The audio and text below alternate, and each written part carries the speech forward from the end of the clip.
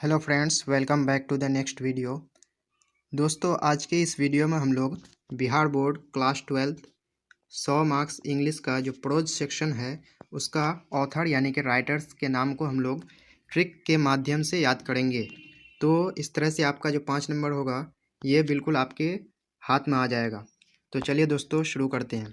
पहला है Indian civilisation and culture. Indian civilisation and culture, तो इसको जो लिखे हैं वो महात्मा गांधी जी ने लिखे हैं, महात्मा गांधी जी। तो आप लोग जानते हैं जो महात्मा गांधी जी जो है वेस्टर्न कल्चर को पसंद नहीं करते थे, यानी कि भारतीय संस्कृति और सभ्यता को ही पसंद करते थे महात्मा गांधी। तो इस तरह से आप याद रख सकते हैं इंडियन सिविलाइजेशन एंड कल्चर किसके द्वारा लिखा गया है, तो ये महात्मा गांधी के द्वारा लिखा गया है। चलिए अगला क्वेश्चन की ओर बढ़ते हैं। अगला है Bharat is my home. Bharat is my home यानी कि भारत मेरा घर है। तो इसको जो लिखे हैं डॉक्टर जाकिर हुसैन, इसका ऑथर जो है वो डॉक्टर जाकिर हुसैन है। तो यहाँ पे एक वर्ड आ रहा है होम, और यहाँ पे हुसैन में ये HUSS, इसको आप मान सकते हैं हाउस। तो होम मीन्स घर और हाउस मतलब भी घर होता है। तो इस तरह से आप याद रख सकते हैं जो भारत इज़ माई होम ये डॉक्टर जाकिर हुसैन के द्वारा लिखा गया है। तो आगे बढ़ते हैं। अ pinch of snuff. A pinch of snuff, यहाँ पे एक वर्ड आ रहा है पिंच। पिंच, तो पिंच से हम लोग पिंचर यानी कि पंक्चर को रिलेट कर सकते हैं, और पंचर यानी कि मालगांवकर। मालगांवकर में यहाँ गांव आ रहा है और कार आ रहा है, यानी कि गांव में कार क्या हो गया है, पिंचर हो गया, यानी कि पंक्चर हो गया है। तो इस तरह से आप याद रख सकते हैं। अब पिंच ऑफ स्नफ मनोहर मालगांवकर लिखे हैं। चलिए दोस्तों अगला क्वेश्चन की ओर बढ़ते हैं। अगला है आई हैव और ड्रीम। ड्रीम मीन्स होता है सपना। तो सपना क्या है इसका, राजा बनने का यानी कि किंग बनने का। तो इस तरह से आप याद रख सकते हैं जो ड्रीम क्या है, आई हैव अ ड्रीम यानी कि किंग बनने का, राजा बनने का सपना है। तो इस तरह से आप रिलेट कर सकते हैं और याद रख सकते हैं। अगला क्वेश्चन है ideas that have helped Mankind. तो इसको जो लिखे हैं बर्ट्रैंड रसेल। तो हम लोग जानते हैं आंड्रे रसेल जो है वो वेस्ट इंडीज़ प्लेयर है। तो ये जो है बिल्कुल ये दयालु नहीं है, यानी कि ये बॉलर को बिल्कुल ही निर्दयालु होके मारते हैं, यानी कि बॉलर को काफ़ी वो पीटते हैं। तो आगे बढ़ते हैं। अगला है द आर्टिस्ट। द आर्टिस्ट यानी कि आर्टिस्ट मतलब होता है कलाकार। तो जो कलाकार होता है वो रोज़ कुछ ना कुछ नया करते रहता है, यानी कि शिगा नोया। तो नोया से आप याद रख सकते हैं नया।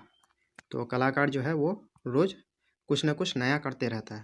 अगला क्वेश्चन है a child is born. A child is born, तो बॉर्न मतलब होता है जन्म लेना, और यहाँ जन्म आ रहा है जर्मेन गिरियर, यानी कि जर्मेन जन्म यानी कि जन्म जन्म।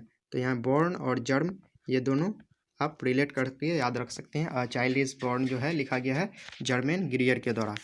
चलिए आगे बढ़ते हैं। आगे है how free is the press. How free is the press, तो इसको जो लिखे हैं वो डोरोथी एल सेयर्स लिखे हैं। तो यहाँ जो शेयर आ रहा है इससे आप शायर, इसको आप शायर से रिलेट कर सकते हैं, और प्रेस अगर फ्री हो जाए तो उसमें बहुत सारे शायरी लिखा जाएगा, यानी कि बहुत सारे शायर अपना शायरी लिखेंगे अगर प्रेस फ्री हो जाए तो इस तरह से आप याद रख सकते हैं जो how free is the press किसके द्वारा लिखा गया है, डोरोथी एल सेयर्स के द्वारा। अगला है द अर्थ। अर्थ यानी कि पृथ्वी, तो यहाँ पे आ रहा है HE बैट्स। तो इसको आप बैट याद रख सकते हैं, बैट मीन्स बल्ला। तो बल्ला कहाँ पे रखाया था, अर्थ में। चलिए आगे बढ़ते हैं। आगे है India through a travellers eyes.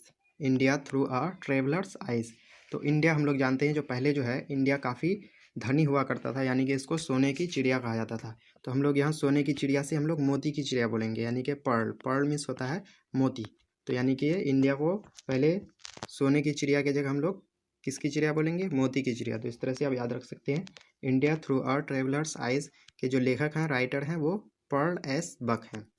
अगला क्वेश्चन की ओर बढ़ते हैं। अ मैरिज प्रोपोजल। अ मैरिज प्रोपोजल, इसका जो राइटर है वो एंटन चेखव है।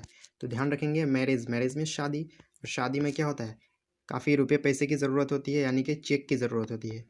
यानी कि मैरिज में किसकी ज़रूरत होती है, चेक की। तो आप इस तरह से याद रख सकते हैं अ मैरिज प्रोपोजल एंटन चेखव के द्वारा लिखा गया है। तो यहाँ पे हम लोगों ने प्रोज सेक्शन का जो राइटर्स थे उसको हम लोगों ने ट्रिक के माध्यम से याद कर चुके हैं। तो चलिए दोस्तों टेस्ट लगा लेते हैं ताकि पता चले तो हम लोगों को याद हुआ है कि नहीं।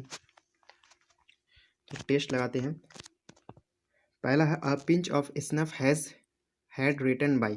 तो ऑप्शन है Mahatma Gandhi, Anton Chekhov, Pearl S Buck, Manohar Malgaonkar. तो ध्यान रखेंगे पिंच, यानी कि पिंच से हम लोग पंचर याद किए थे, पिंचर या पंचर। तो ये पे गाँव में क्या हो गया था, कार पंचर हो गया था, यानी कि ऑप्शन नंबर डी राइट हो जाएगा। अगला क्वेश्चन की ओर बढ़ते हैं।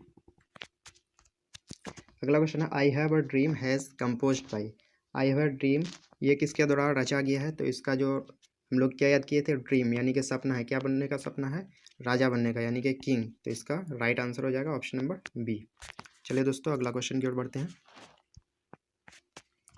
अगला है a child is born. A child is born has penned by, यानी कि किसके द्वारा रचा गया है, आ चाइल्ड इज बॉर्न। तो हम लोग याद किए थे बॉर्न मीन्स होता है जन्म, और यहाँ पे जन्म आ रहा है यानी कि जन्म आ रहा है ऑप्शन नंबर बी में, यानी कि जर्मेन ग्रियर। अगला है the earth has written by. The earth यानी कि पृथ्वी, तो पृथ्वी पे हम लोग क्या रखे थे, बल्ला रखे थे, यानी कि HE बेट्स, यानी कि बैट आ रहा है यहाँ पे। चलिए आगे बढ़ते हैं। अगला है a marriage proposal has penned by. तो अ मैरिज, मैरिज में शादी, और शादी में बहुत ज़्यादा खर्च होता है, तो चेक की ज़रूरत पड़ती है, तो इसमें चेक आ रहा है, यानी कि ऑप्शन नंबर बी एंटन चेखव। तो दोस्तों इस तरह से हम लोगों ने जो प्रोज सेक्शन था इंग्लिश 100 मार्क्स का, उसका जो ऑथर्स नेम था उसको हम लोगों ने ट्रिक के माध्यम से याद कर चुके हैं। तो दोस्तों अगर आपको ट्रिक अच्छा लगे तो वीडियो को लाइक कर दें और दोस्तों के साथ भी शेयर करें, और बोर्ड टेस्ट चैनल को सब्सक्राइब करके बेल आइकन को दबा दें। Thanks for watching. जय हिंद, जय भारत।